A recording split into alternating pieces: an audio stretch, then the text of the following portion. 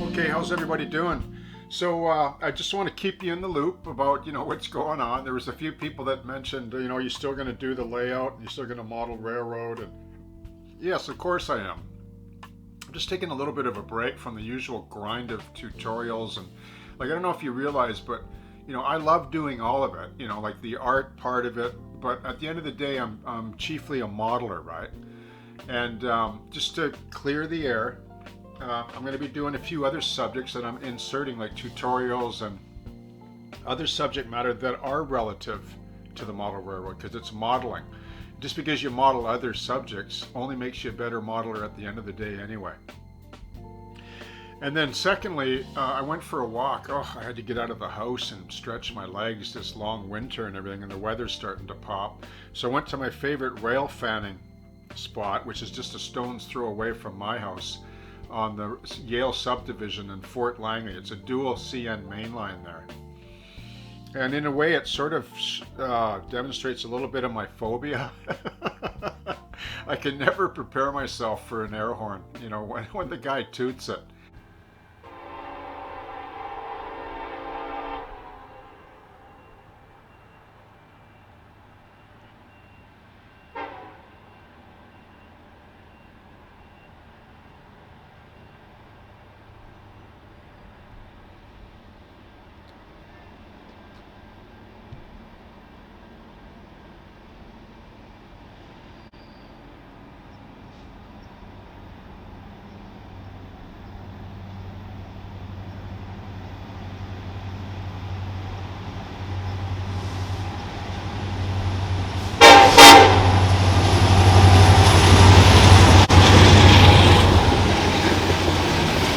Okay, so as you can see, at the crossing there, where there was one long and one short, that was it.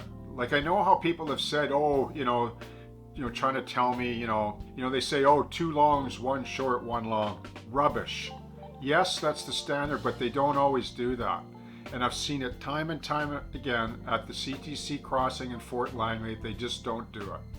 Always by that pattern. And also, if you want to toot the horn twice on your layout, well, you're the rail fanner.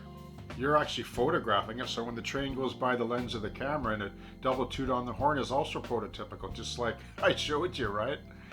Anyway, just thought I would settle that. And the fact that with the coupler height gauge, as I mentioned in earlier content, we get really obsessed with coupler height gauge.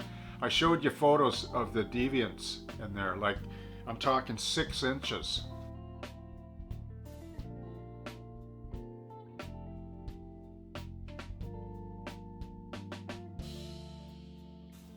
Of difference of coupler height of two MU locomotives. So let's not get too hung up, about anal kind of dogma when it comes to the railroad, because if you go out into the real world and check it out, you'll find out that you're wrong. And it's just not like that. The world is not perfect, and neither are our model railroads. Okay? So happy modeling to you. Thanks for tuning in, and we'll see you soon, and I hope you have a great day.